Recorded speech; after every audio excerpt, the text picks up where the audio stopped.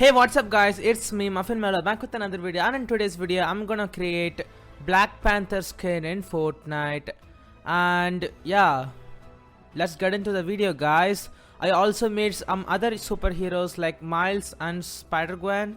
If you guys wanna check them out, link will be in the description. So yeah, so first you have to go for any male superhero skins and go for the first edit style of the customizable that thing, and you have to go both colors in black. Now with this face he doesn't look like Black Panther, so I'm gonna put the mask on. You can also light up the eyes if you want.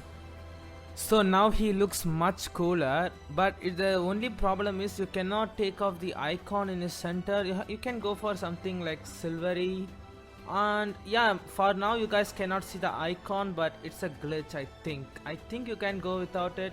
Also, if you want to take off the belt, you guys can, because I think without the belt he looks like Black Panther, but I don't know why, but black belt looks much better on him, but I don't know, I just feel like belt is much better.